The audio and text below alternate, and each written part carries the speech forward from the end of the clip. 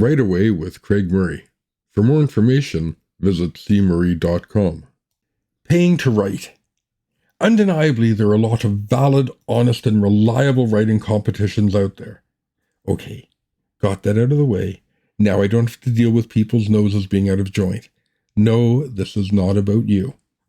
That said, there's probably 100 times more that are little more than cons and scams and ways for the competition holder to make money. This has been going on forever, at least as long as I've been writing. It seems that when people realized there were a lot of desperate people hoping to make a name for themselves, there was a way to pick their pockets. It's terribly sad, and I think we can all agree we wish it didn't happen, but it does.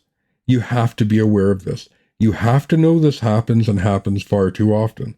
You need to avoid it. I'm going to go into detail about some of the worst offenders.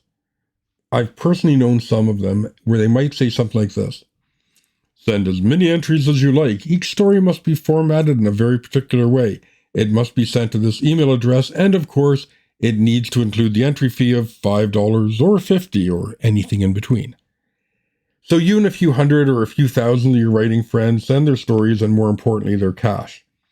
A month or two goes by, you're checking every day with bated breath, desperately hoping to see the list of winners, and of course, if your name's not in first place, at least in the top 3. You're positive that your little investment's going to pay off and the $20 or whatever you spent is going to result in you winning $1,000. Or maybe you could just be included in whatever publication they're offering. Sadly, the days roll around and the winners are announced and you didn't make the grade. You're sad and depressed, you feel let down, and you go read the winning stories. Maybe they're better than yours. Maybe they're more creative or better written. Maybe they're complete rubbish, which is even worse. If they were truly remarkable bits of literary work, you might not feel so bad, but they might not be. And now you're left wondering what's going on and why your writing didn't succeed when those other ones did. Because there was no chance you were going to win. You could have written the greatest short story in the history of short stories and you were not going to win. The winner is either something written by the person holding the competition, or if they aren't that truly awful, they're a close friend of the person holding the competition. No, that friend didn't get any money for winning. That friend got bragging rights, their name at the top of the winner's page, a chance for the author to tell his friends and family about how he won another competition, but you and all the other people that submit did nothing more than pay the contest holder. But Craig, you cry out, this cannot be true. I know these contests are not rigged. Yeah, a lot of them are. There's good money to be made in milking writers for every penny they have. Let's do some dreaded math. I'm holding a writing contest for all you brilliant young minds out there who want to succeed. So send me $20 on your manuscript, and let's take a look.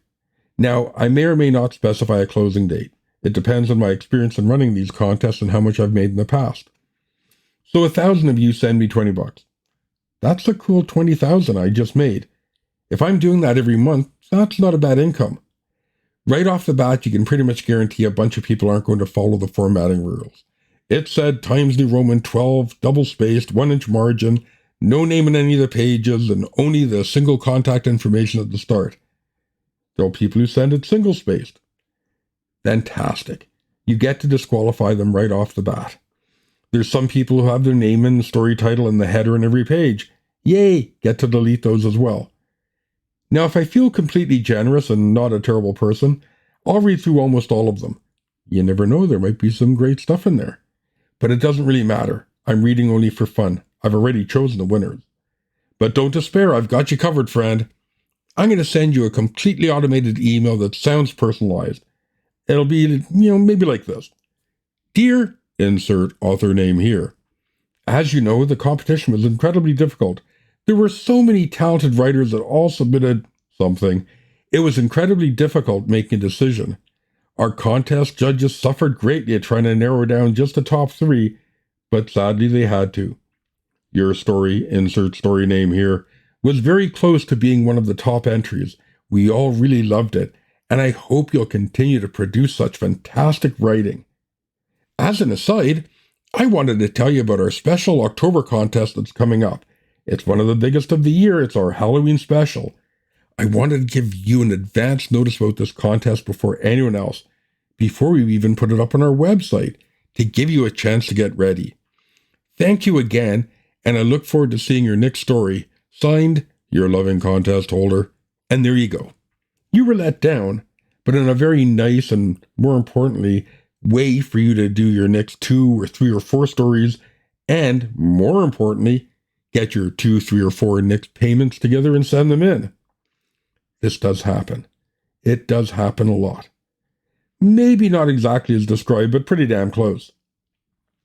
Not only do you see this in writing competitions, but you also see it in some writing e-mags. We're open for submissions between now and then. Please submit your story. Please submit your $5 reading fee, or whatever. So you're now paying someone just to read your stuff in hopes they might publish it. Yeah, no. I know personally that writing and reading takes a lot of time. I know that if you're running any sort of publication, magazine, electronic or print, there's a lot of time and effort that goes into it. You probably aren't doing it out of the goodness of your own heart and your love of the written word. In the old days, back when dinosaurs ruled the planet, literary magazines survived by publication and readers buying them. People are not buying magazines like they used to anymore. People are not automatically subscribing to websites just to read something. So the publisher has to make money somehow. I don't have a solution to this, but I'll tell you this.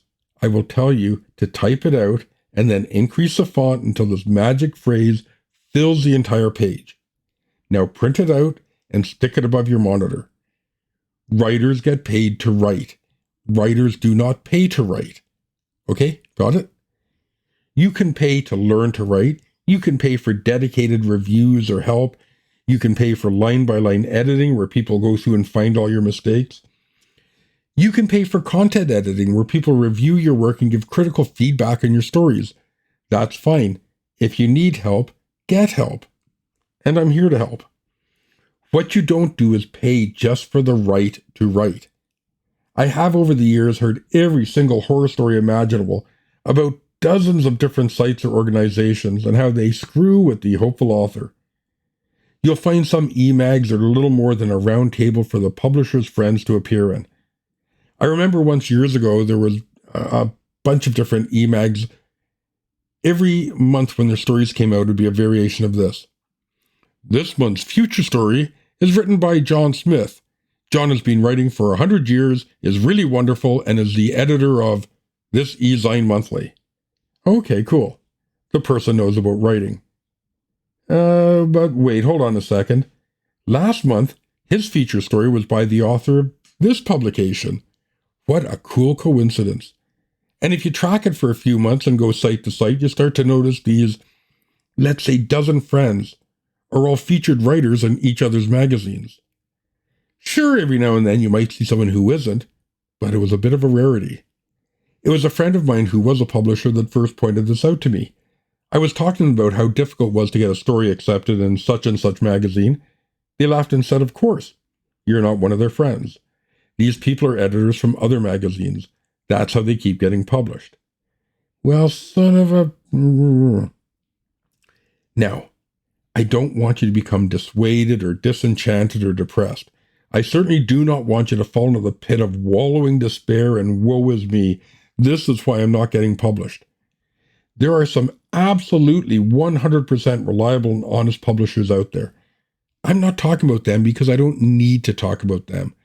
I need to warn you, beloved writer, about the bad ones. There was for many years a publication that would write to tell you how they'd read your short story or poem and whatever and thought it was just fantastic. They'll tell you how wonderful it was and how they want to publish it right away. Oh my God, oh my God, oh my God, someone loves me, I'm valid, I'm accepted, I'm going to be published. So you follow their directions to the letter and send in your story, you wait patiently and finally you get the email back. Congratulations, author. Your short story, poem, or whatever is appearing in volume 23 of our journal. Copies may be purchased here. So you follow the link and it's 100% authentic. Your story or whatever is included, it's in actual print, and for $19.99 plus shipping, you can have your own copy. Well, you have to buy one. And you got to get one for mom and dad, and maybe get one to take to work with you and just accidentally leave it on your desk. And I bet your sister would like one, and If you don't get one for grandma and grandpa, well, they're going to be angry. So you've just sent them $100 and you get 5 copies. What you get is a thing very similar in quality to a telephone book. Your story's printed in like 6 to 8 point font.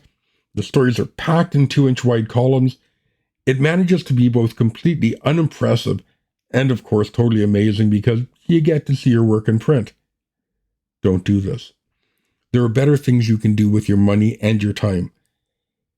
This does make me want to leap into the whole world of story submission, even more importantly, story rejection, but that's an entirely different issue. What I want you to do, though, is stay positive. It's a numbers game in many ways. It's not sending off one story and being rejected and feeling bad. It's sending off 100 stories and hoping one sticks. But I think I should talk about that and how to stay motivated at a different time. Just now, however, I want to take the opportunity to tell you about an exciting opportunity. For a limited time only, if you submit your short story or poem to me with the $100 entry fee, I guarantee that you'll win first place and receive an electronic certificate printed in fancy electrons saying you are the first place winner in the current contest. There are no limits to how many times you can apply. There's no limits to how many times a day you can win.